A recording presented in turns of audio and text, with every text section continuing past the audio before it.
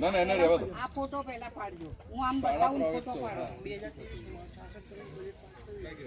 હું આમ બતાવું ફોટો પાડો જલ્દી મોકલવાનો. પણ અહીંયા જ કહી દો ને પબ્લિક ને કે ઉઠાઈ જાવ સાયકલ. ચાલો ચાલુ કરી દો.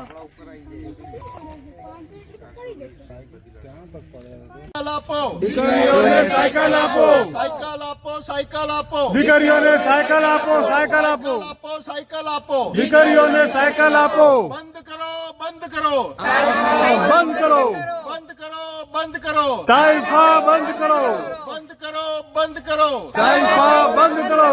ન્યાય આપો, ન્યાય આપો, દીકરીઓને ન્યાય આપો, ન્યાય આપો, ન્યાય આપો, દીકરીઓને ન્યાય આપો. લડેંગે, જીતેંગે, લડેંગે. જીતેંગે.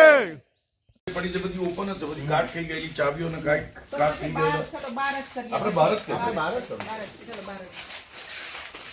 એક વર્ષથી પડી સાયકલો કેટલા 2023 છે ને તારી રેણી સર સાયકલો અહીંયા આગળ પડી રહી હોય તો એવી તો આખા ગુજરાતમાં કેટલી પડી હશે તો 2024 ની ક્યાં ગઈ?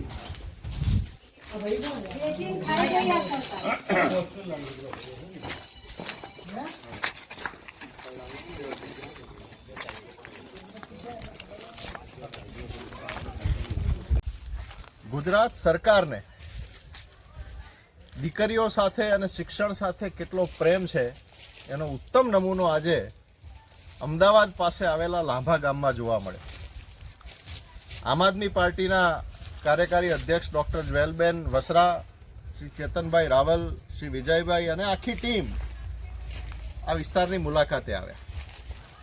એક જર્જરિત દેખાતું શાળાનું મકાન અને ખૂબ મોટા પ્રાંગણમાં લગભગ હજારો સાયકલ અહીંયા છેલ્લા 1 વર્ષથી પણ વધારે સમયથી પડી છે.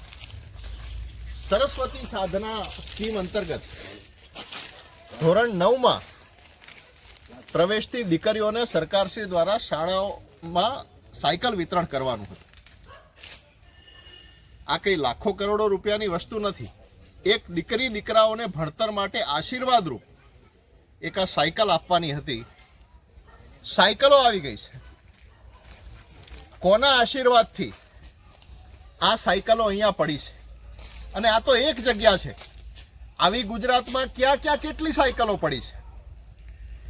બીજું કે આ સાયકલો ઉપર 2023 લખ્યું છે. તો જો 2023માં આપવાની હતી એ સાયકલો હજી અહીંયા પડી છે તો 2024નું પણ શૈક્ષણિક વર્ષ ક્યારનું શરૂ થઈ ગયું છે?